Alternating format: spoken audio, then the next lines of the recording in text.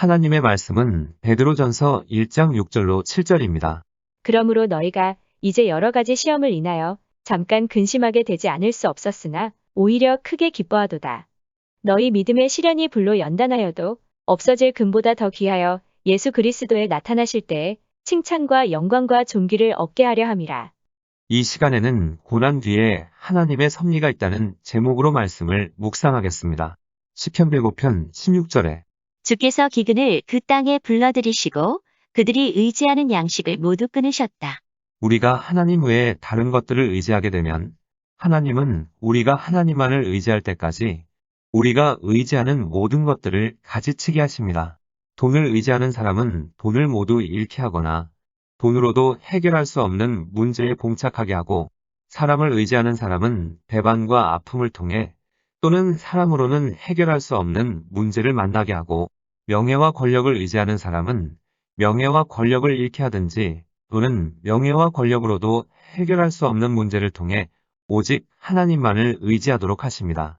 우리 마음속에 하나님 외에는 다른 그 무엇도 남지 않도록 단련시키는 것입니다.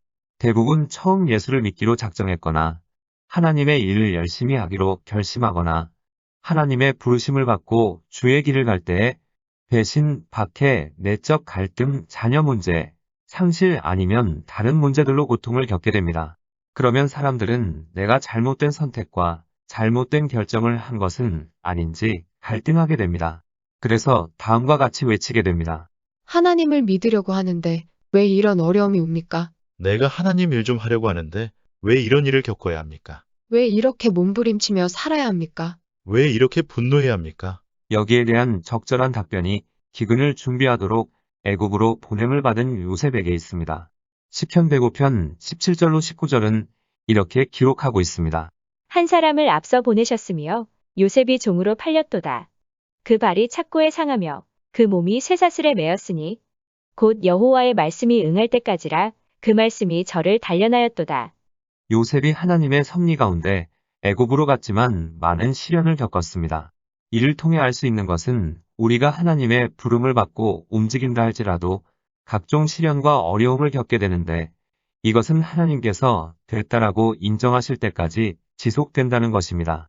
단련하였도다의 히브리어 기본형은 짜라프입니다. 의미는 금속을 녹이고 재련하고 불로금과 은의 불순물을 제거하다입니다. 하나님은 요셉에게 언약했지만 하나님의 언약이 실현되기까지 하나님은 요셉을 한 장소로 이끌어갔고 그곳에서 요셉은 불같은 연단을 받아 하나님의 마음과 닮지 않은 모든 것이 제거되었습니다. 하나님은 요셉의 마음에 불순물이 제거되기 전까지 요셉에게 일을 맡기시지 않으셨습니다. 이러한 하나님의 역사는 지금도 동일합니다. 우리에게 무엇을 맡기기 전에 반드시 우리를 연단하십니다. 그러므로 자신이 지금 믿음의 시험을 겪고 있다면 절망하지 말아야 합니다. 하나님이 하나님의 때를 위해 우리를 준비시키고 있기 때문입니다. 요셉은 어렸을 때 하나님께 위대한 약속을 받았습니다. 영향력 있는 지도자가 될 것을 꿈으로 보여주신 것입니다. 창세기 37장 5절로 9절에 요셉이 꿈을 꾸고 자기 형들에게 고하매 그들이 그를 더욱 미워하였더라. 요셉이 그들에게 이르되 청컨대 나의 꿈을 들으시오. 우리가 밭에서 곡식을 묵더니 내 단은 일어서고 당신들의 단은 내 단을 둘러서서 절하더이다. 그 형들이 그에게 이르되 내가 참으로 우리의 왕이 되겠느냐, 참으로 우리를 다스리게 되겠느냐 하고 그 꿈과 그 말을 인하여 그를 더욱 미워하더니 요셉이 다시 꿈을 꾸고 그 형들에게 고하여 가로되 내가 또 꿈을 꾼즉 해와 달과 11별이 내게 절하더이다 하니라. 이렇게 요셉의 여정은 위대한 약속을 품고 시작되었습니다. 그러나 요셉은 자신을 향한 하나님의 목적을 이해하지 못하고 가족에게 자신의 꿈 이야기를 자랑하듯 말했습니다. 요셉은 하나님의 약속이 이루어지는 여정에는 장애물이 있다는 것을 당시에는 알지 못했던 것입니다. 첫 번째 장애물은 구덩이였습니다. 구덩이는 유기와 배신의 장소입니다. 요셉의 형제들은 질투심에 불타 동생을 구덩이에 던졌고 은 20의 이스마엘 상인들에게 팔아넘겼습니다. 배신은 우리가 반드시 통과해야 할 어려운 수업입니다. 우리도 요셉처럼 하나님께 쓰임받으리라는 꿈과 희망을 품고 출발합니다. 그런데 가까운 사람조차 우리를 믿어주지 않을 수도 있고 또 누군가는 질투하면서 어떻게든 우리를 팔아넘기기도 합니다. 요셉은 애굽으로 끌려가 보디발의 종이 되었지만 하나님이 함께하셔서 모든 일이 형통하게 되었습니다. 하지만 보디발의 집에서 충성의 보답으로 돌아온 것은 죄인으로 옥에 갇히는 것이었습니다. 요셉은 누명을 쓰고 감옥에 갇혔지만 불평하지 않았습니다. 여기에서 우리는 두 가지를 생각해야 합니다. 첫째, 요셉은 부당한 대우를 받았지만 원망하지 않았다는 것입니다. 부당한 대우를 받을 때 이를 원망하는 것을 사람들은 당연시하지만 이것은 죄입니다. 그러므로 자신의 삶 속에서 부당한 대우를 받았다고 원망과 불평을 하고 원한을 품었다면 이것을 깊이 회개해야 합니다. 둘째, 요셉이 왕의 죄수들을 가두는 곳에 갇혀 있었다는 사실에 주목해야 합니다. 창세기 39장 20절에 이에 요셉의 주인이 그를 잡아 옥에 넣으니 그 옥은 왕의 죄수를 가두는 곳이었더라. 요셉이 옥에 갇혔으나 이는 요셉 안에 있는 불순물이 제거되기 위해서는 왕의 감옥에 갇히는 것 말고는 다른 방법이 없었음을 의미합니다. 우리 안에 있는 불순물을 제거하시기 위해 고난의 자리로 인도하시는 분은 하나님이십니다. 하나님은 요셉을 연단하신 것처럼 우리를 연단하십니다. 시편 105편 19절에 곧 여호와의 말씀이 응할 때까지라. 그 말씀이 저를 단련하였도다. 여기에서 사용된 단련이라는 단어는 전투에 적합하게 되다라는 뜻도 있습니다.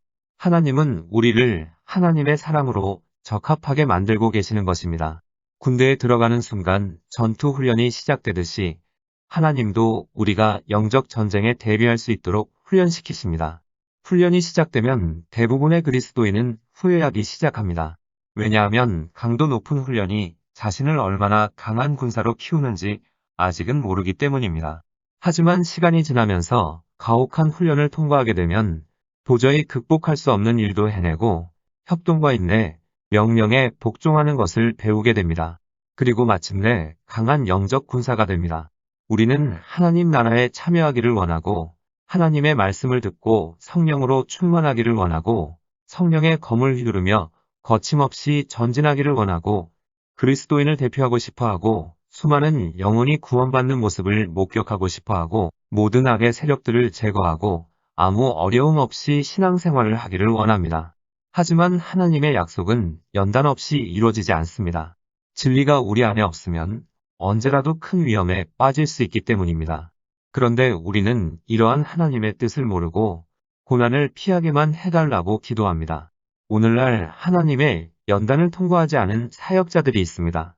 이들은 혜성처럼 나타나서 사람들의 이목을 받지만 쉽게 분노하고 남의 흠을 지적하며 너그럽지 못하고 욕심으로 가득 차 있습니다. 이들은 하나님과 아무런 관계도 없으며 그리스도를 아는 지식도 없습니다. 그 이유는 연단을 받지도 않았고 또 그것을 원하지도 않기 때문입니다. 연단이 하나님의 훈련 과정임을 깨닫지 못하는 한 이런 사역자들은 계속해서 자신의 소리를 높일 것입니다. 우리를 방해하고 힘들게 하는 것은 하나님이십니다. 우리를 반대하는 소리를 높이시는 분도 하나님이십니다. 하나님은 언제라도 우리를 힘들게 하는 것들을 없애실 수 있지만 그렇게 하지 않으십니다. 우리를 훈련하고 계시기 때문입니다. 하나님은 이렇게 우리를 흠없이 만들어 가십니다. 하나님만이 우리의 힘이시며 모든 것의 원천이 되실 때까지 그리고 우리가 예수님의 형상으로 빚어질 때까지 우리는 계속해서 연단받을 것입니다. 연단의 중요성을 깨달으면 하나님의 약속을 이루는 여정이 아무리 힘들어도 하나님만 바라보게 됩니다. 그러므로 우리는 하나님이 우리를 불러 연단하시도록 기꺼이 허락해야 합니다. 그러면 우리는 금보다 더 귀한 것을 주고 그 과정을 벗어날 수 있습니다. 하나님께 쓰임받기를 원한다면 연단의 고통을 피할 수 없습니다. 바울은 하나님의 부르심에 수반되는 고난들도 받아들였고 더 나아가 고난에 참여한다고 말했습니다. 빌립보서 3장 10절로 12절에 내가 그리스도와 그 부활의 권능과 그 고난에 참여함을 알려하여 그의 죽으심을 본받아 어찌하든지 죽은 자 가운데서 부활에 이르려 하노니 내가 이미 얻었다 함도 아니요 온전히 이루었다 함도 아니라 오직 내가 그리스도 예수께 잡힌 바 된 그것을 잡으려고 쫓아가노라. 바울은 사람의 힘으로는 생존할 수 없는 상황 속에서 구원을 받았고 극심한 고난을 당했지만 믿음은 흔들리지 않았습니다.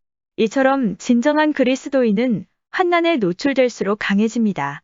하나님이 어떤 불같은 시험을 준비하셨든지 하나님이 원수로 하여금 우리의 앞길에 어떤 불같은 시험을 던지도록 허락하셨든지 우리의 신앙은 더욱 강해지고 깊어지는 것입니다. 그러나 우리의 성품이 적절하게 다듬어지고 그리스도를 드러낼 준비가 되었다고 해서 시험이 끝나는 것은 아닙니다. 바울은 감옥에 갇혀 글을 쓰다가 참수형을 당함으로써 일생을 마쳤습니다. 이는 바울의 날이 다하도록 고난이 끝나지 않았음을 의미합니다. 하나님은 계속되는 시험 가운데 바울에게 힘만 주신 것이 아니었습니다. 바울은 그리스도의 계시도 점점 더 많이 받게 되었습니다. 고난은 고난을 겪은 사람을 다른 사람보다 거룩하게 만드는 것이 아닙니다. 또한 고난을 받지 않았다고 해서 하나님을 모른다는 말도 아닙니다. 그러나 고난을 겪은 사람이 하나님과 친밀하고 하나님에 대해 더 많은 지식을 갖는 것은 사실입니다. 그저 옆에서 지켜보는 사람은 하나님의 능력이 어떻게 드러나는지 이해하지 못합니다. 고난을 통한 친밀함이 없다면 하나님의 위대하심에 관해 고백할 수 없는 것입니다. 바울은 성경을 연구하고 성경을 아는 사람이었습니다. 어디에 가든지 빈틈없이 진리를 논했고 셋째 하늘에 이끌려가 하나님의 임재 안에 여러 계시를 받은 사람이었습니다. 하지만 바울의 모든 연구와 바울이 받은 모든 계시도 이러한 지식들을 만들어내지는 못했습니다. 고난을 통해 깨닫게 된 것입니다. 그래서 오직 고난받는 사람만이 바울이 체득한 깨달음의 깊이에 도달할 수 있는 것입니다. 바울은 매일 그리고 여정의 매 단계마다 하나님을 목말라 했습니다. 그리고 자신이 직접 고난의 불을 통과했고 자신을 지키시는 하나님의 능력을 경험했기에 이런 고백을 진실하게 할 수 있었던 것입니다. 바울이 말하고 기록한 모든 것은 그의 안에서 증명된 것으로 하나님의 말씀이 되었습니다. 바울의 말은 지식만 지닌 사람의 말보다 무게감이 있습니다. 우리는 하나님의 말씀을 연구할 수도 암송할 수도 가는 곳마다 인용하며 다닐 수도 있습니다. 하지만 고난의 시간을 통과한 경험만이 진리의 진정한 능력이 드러나는 곳으로 우리를 인도해 줍니다. 그래서 나는 성경 말씀을 알아라고 말하는 사람과 나는 배웠노라고 말하는 사람의 차이는 엄청난 것입니다. 요셉에게 하신 것처럼 하나님은 우리를 불 가운데 홀로 두십니다. 그러나 이것은 매우 중요합니다. 하나님이 우리를 단지 아는 사람이 아닌 배운 사람이 되도록 만들어 가시기 때문입니다. 그런데 만약 우리가 쉬운 길을 택해서 빠져나간다면 이것을 깨닫지 못할 것입니다. 이것이 반드시 연단을 통과해야 하는 이유입니다. 그래야 그리스도를 알 수 있는 것입니다. 바울이 많은 연단을 겪은 뒤 비로소 하나님은 이제야 바울의 손에 펜을 맡길 수 있게 되었다. 이제 성령이 그의 손을 움직여 내 말을 글로 옮길 수 있겠다 라고 말씀하셨을 것입니다. 바울이 쓴 서신은 오늘날까지도 우리에게 이렇게 말하고 있습니다. 고린도후서 1장 4절과 6절에 우리의 모든 환난 중에서 우리를 위로하사 우리로 하여금 하나님께 받는 위로로서 모든 환난 중에 있는 자들을 능히 위로하게 하시는 이시로다. 우리가 환난 받는 것도 너희의 위로와 구원을 위함이요 혹 위로받는 것도 너희의 위로를 위함이니 이 위로가 너희 속에 역사하여 우리가 받는 것 같은 고난을 너희도 견디게 하느니라. 이 말씀은 고난에 대한 또 다른 진리를 드러냅니다. 고난은 그것을 겪는 사람을 그리스도의 것으로 채워 복음을 모르는 사람에게 인도합니다. 눈물 흘리는 자들을 위로하려면 우리가 먼저 하나님의 위로를 받아야 합니다. 예를 들면 자녀를 잃은 그리스도인 어머니가 자녀를 잃은 비그리스도인 어머니에게 복음을 전하는 것이 설득력이 강합니다. 우리가 살아가는 목적이 그저 모든 어려움을 피하기만 하는 것이라면 또 복음을 추구하는 목적이 단지 편안하게만 살기 위한 것이라면 이 세대의 마음을 어루만질 수 없습니다. 그렇기 때문에 우리는 계속 고난을 피할 방법만을 찾는 것이 아니라 하나님이 주시는 능력 안에서 고난을 이겨낼 방법을 배워야 합니다. 그러면 우리는 칠흑 같은 어둠 속에서 하나님을 가장 친밀하게 알게 될 것입니다. 그리고 머지않아 우리가 세상에 드러나게 될 때 우리의 말에는 무게가 실리게 될 것이며 이 세대에 상처 입은 사람에게 다가갈 수 있게 될 것입니다. 하나님은 각종 시험을 통해 나는 모든 것을 가져갈 수도 있고 나는 모든 것을 줄 수도 있다고 말씀하십니다. 그리스도인 중에는 하나님이 자신에게 벌을 내린다고 생각하며 살아가는 사람이 있습니다. 왜냐하면 그리스도인이라는 이유로 직장에서 불이익을 당하거나 쫓겨나고 공과금 내는 것도 버겁고 차에 기름을 넣을 돈이 없어 걸어 다녀야 하기 때문입니다. 그리고 부유한 그리스도인을 보면서 하나님의 자녀라면 풍족해야 한다고 생각합니다. 그래서 고난받을 때마다 하나님이 자신에게 분노하시는 것이 틀림없다고 생각합니다. 그러나 우리의 삶에서 벌어지는 이러한 일들이 하나님의 형벌이 아님을 깨달아야 합니다. 오히려 하나님은 앞으로 다가올 환난 날을 견딜 수 있도록 준비시키고 계시는 것입니다. 많은 그리스도인이 자신의 삶에 나타나는 고난과 시험의 목적을 이해하지 못합니다. 그 결과 하나님이 벌을 주신다고 착각하며 심한 죄책감에 시달리거나 절망 가운데 주저앉습니다. 우리는 모든 고난 뒤에 하나님의 섭리가 있음을 기억해야 합니다. 이는 하나님께 약속과 비전을 받고 하나님의 목적을 위해 살겠노라고 결단한 사람에게 특히 중요한 사실입니다. 불 한가운데 놓여 있을 때 하나님의 약속은 불가능해 보입니다. 요셉도 하나님의 뜻을 이해하지 못했더라면 13년간 계속되는 고난 속에서 쉽게 낙담했을 것입니다. 또 바울이 견뎌야 했던 일들은 폭력, 배반, 난파, 고립 등으로 바울을 절망시키기에 충분했습니다. 그러나 바울은 절망하지 않았습니다. 절망감이 우리를 압도하려고 할 때마다 조심해야 합니다.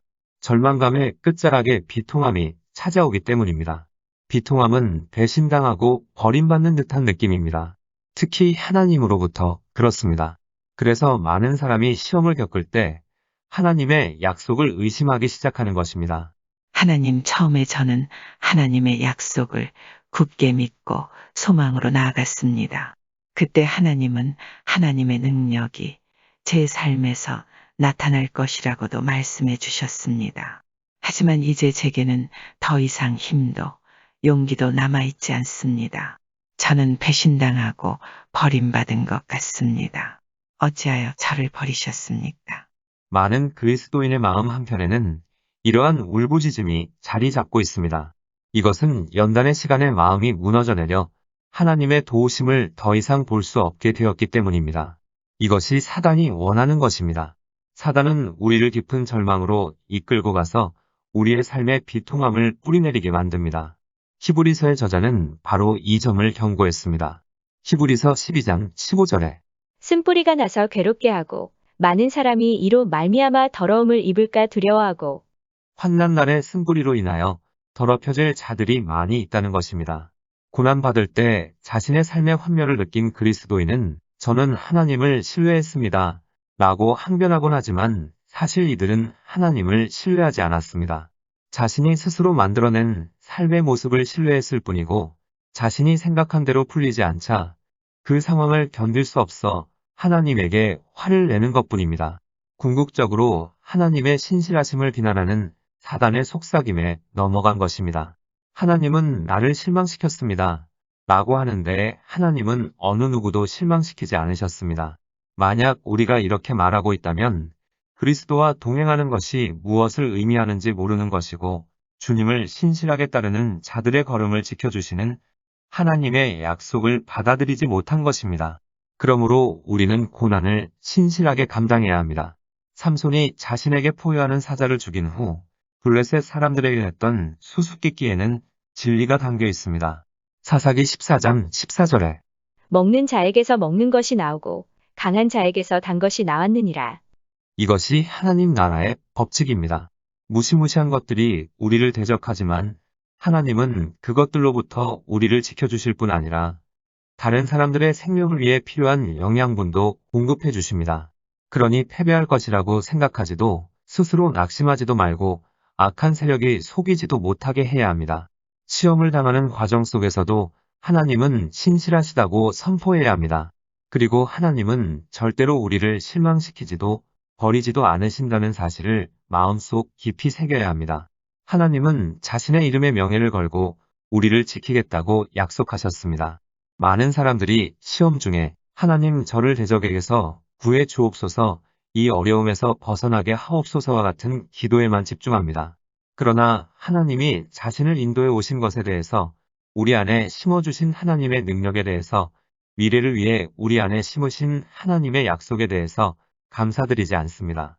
고난 중에 있다면 하나님께서 자신에게 고난을 주셨기에 자신도 그리스도처럼 걸어갈 수 있게 되었음을 감사해야 합니다. 바울은 이렇게 말합니다. 빌립보서 1장 29절에 그리스도를 위하여 너희에게 은혜를 주신 것은 다만 그를 믿을 뿐 아니라 또한 그를 위하여 고난도 받게 하심이라.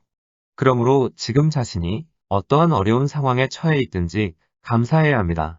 하나님이 불같은 연단을 통해 그리스도와 닮지 않은 모든 것을 제거하고 계시기 때문입니다. 하나님은 우리의 삶을 통해 하나님의 목적을 이루고 계시며 이 시대에 하나님의 대변자로 준비하고 계십니다. 우리는 좋을 때나 나쁠 때나 하나님께 감사해야 합니다. 좋을 때에 얻을 수 없는 것들은 시련을 통해 얻기 때문입니다. 시련을 통해 우리에게 하나님이 필요하다는 것과 우리의 무능함은 하나님의 능력으로만 극복된다는 것을 깨달을 수 있습니다. 이처럼 시련은 우리의 믿음을 정결케 하고 겸손케 합니다. 우리가 그리스도의 성품으로 변화되며 성장한 곳은 정상이 아닌 험한 계곡입니다. 우리는 험한 계곡을 원치 않지만 그곳에서 하나님만이 주실 수 있는 능력을 경험할 수 있습니다. 혹시 질병으로 고통을 받고 있다면 사람들은 사단이 그렇게 한 것이라고 대부분 생각합니다. 하지만 하나님께서 그것을 허락하셨다는 것도 생각해야 합니다. 우리들 중 어떤 사람은 지금 인생에서 가장 치열한 전투를 벌이며 허덕이고 있을지도 모릅니다. 하지만 고난이 하나님의 길을 가르친다는 사실을 굳게 잡으면 하나님이 허락하신 시험을 오히려 감사하게 될 것입니다. 이는 하나님이 신실하시다는 증거입니다. 고난이 없다면 우리는 하나님이 나타내실 일에 결코 도달할 수 없을 것입니다. 어느 목사님이 하루는 길을 걸어가는데 숨이 너무 차서 비틀거리기 시작했다고 합니다. 그때 갑자기 하나님이 이 목사님 마음에 말씀하셨습니다. 내가 가진 자질은 자칫하면 교회에 큰 해를 끼칠 수 있기 때문에 나는 그런 일이 일어나지 않도록 너를 다스릴 것이다. 그리고 나만을 전적으로 의지하게 만들 것이다. 너는 원하는 곳으로 갈 수 없을 것이며 내가 가진 능력이 얼마나 보잘것없는지 알게 될 것이다. 내 육체의 기름통은 늘 비어 있어서 성령이 이끌지 않으시면 혼자 힘으로 갈 수 없을 것이다. 그 이후로 이 목사님은 오직 성령의 인도하심만을 의지하여 나아갔다고 합니다. 하나님은 신실하시고 우리가 필요한 모든 것을 아십니다. 우리 삶에 어떤 일이 생겨야 하는지도 우리가 어떤 계곡을 지나야 하는지도 아십니다.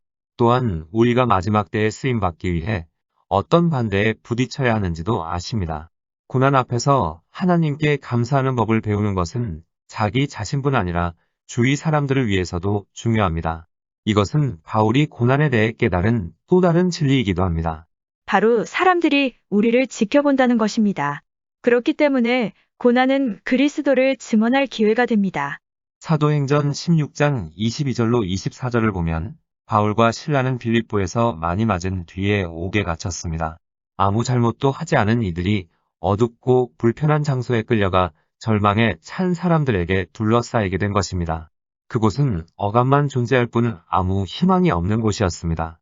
어쩌면 다가올 환난날에 우리도 비슷한 상황에 처할지 모릅니다. 하나님은 영혼들을 구원하시기 위해 우리를 그곳에 보내셔서 그들의 고통을 보듬고 그들을 바른 길로 인도하실 것입니다. 바울과 실라는 옥에 갇혔을 때 부당한 처사에 대해 불평하지 않았습니다. 비통해하며 하나님께 따지지 않았습니다. 한밤중에 그곳의 적막함과 절망감을 가른 것은 하나님께 드리는 경배의 찬양이었습니다. 이때 죄수들을 삼키려 했던 사단의 계획이 무너져 내렸던 것입니다. 사도행전 16장 26절에 이에 호련히 큰 지진이 나서 옥터가 움직이고 문이 곧 다 열리며 모든 사람의 매인 것이 다 벗어진지라. 바울과 실라는 고난 가운데 하나님을 찬양하기로 결정했던 것입니다. 그 결과 자신들뿐 아니라 다른 이들에게도 자유가 주어졌습니다. 오늘날에도 많은 성도들이 이들처럼 고난을 당하지만 그 고난 속에서 노래가 생겨납니다. 그리고 그 노래는 자신의 세대뿐 아니라 후세대까지 영향을 끼치는 것입니다. 하나님은 종종 하나님을 친밀하게 만날 수 있는 장소로 이끄시기 위해 고난을 허락하십니다. 하나님은 가장 어두울 때에도 손을 들어 하나님께 찬양 드릴 수 있을 만큼의 친밀함을 원하시는 것입니다. 우리는 자신이 고난당하는 모습이 주위 사람들에게 하나님의 말씀을 전하고 있음을 알아야 합니다. 우리의 이웃들은 평생 성경을 한 번도 펴보지 않을 수 있습니다. 하지만 우리가 고난당할 때 우리가 어떻게 반응하는지 지켜볼 것입니다. 그들의 입에서 나랑 비슷한 어려움을 겪는데 어떻게 하나님을 찬양하며 감사할 수 있는가? 그게 가능한가라는 고백이 나오도록 해야 하는 것입니다. 그 순간 그들은 어두움에서 벗어나기 시작할 것입니다. 시편 40편 2절로 3절에 나를 기가 막힐 웅덩이와 수렁에서 끌어올리시고 내 발을 반석 위에 두사 내 걸음을 견고케 하셨도다. 새 노래 곧 우리 하나님께 올릴 찬송을 내 입에 두셨으니 많은 사람이 보고 두려워하여 여호와를 의지하리로다. 시편 저자는 많은 사람들이 그 노래를 들을 것이라고 말하지 않고 볼 것이라고 말했습니다. 사람들은 우리가 어떻게 살아가는지 보고 있으며 우리가 어떤 역경에 처해 있는지 알고 있습니다. 그렇기 때문에 우리는 고난 속에서도 하나님을 향한 신뢰를 잃지 않을 때 그들은 놀라워할 것입니다. 그러므로 우리는 어떠한 고난 가운데 있더라도 하나님께 감사하는 마음으로 반응할 수 있도록 하나님께 감사하는 법을 배워야 합니다. 하나님은 찬양받기 합당하신 분임을 고백하고 이해할 수 없는 상황에 처해 있다 하더라도 하나님의 선하심을 선포해야 합니다. 아무도 살아남을 수 없을 듯한 연단의 장소에서도 우리가 견뎌낼 것을 믿으시는 하나님께 감사해야 합니다. 아무나 복음을 따라 살 수 있다면 복음의 비범함을 나타내 보일 수 없을 것입니다. 이러한 이유로 하나님은 최고의 종들을 하나님의 힘으로만 견딜 수 있는 불가능한 시절로 인도하시는 것입니다. 이러한 시절을 견뎌내는 것은 분명 힘겹습니다. 그러나 기억해야 합니다. 싸움이 없다면 승리도 없습니다. 그리고 승리를 거두기 전까지는 믿음을 얻을 수가 없습니다. 믿음은 단지 성경 말씀을 암송한다고 생기는 것이 아닙니다. 우리가 훈련받는 교실은 살아있는 실제의 장소여야 합니다. 이제는 정말 끝이다라고 생각한 순간에도 하나님은 우리의 손을 잡고 힘을 주시는 신실한 분이십니다. 이렇게 하나님은 우리 마음에 믿음의 집을 지어가시는 것입니다. 믿음을 키우는 방법은 간단합니다. 하나님이 자신을 물이든 불이든 어디든지 데리고 가시도록 해야 합니다. 그리고 끊임없이 찬양해야 합니다. 다양한 상황에서 승리할 때마다 또 다른 깊이의 믿음을 얻게 될 것이고 하나님에 대한 신뢰의 예금이 마음에 저장될 것입니다. 이것은 증거가 될 것이고 다른 사람에게도 전할 수 있는 가치 있는 것이 될 것입니다. 기도하시겠습니다. 하나님, 고난 중에 감사하며 인내할 줄 아는 우리 모두가 되게 하옵소서. 예수님의 이름으로 기도드립니다. 아멘. 하나님께서는 내 형편이 어떠하든 내 신분이 무엇이든 무슨 죄를 지었든 변함없이 나를 사랑하십니다.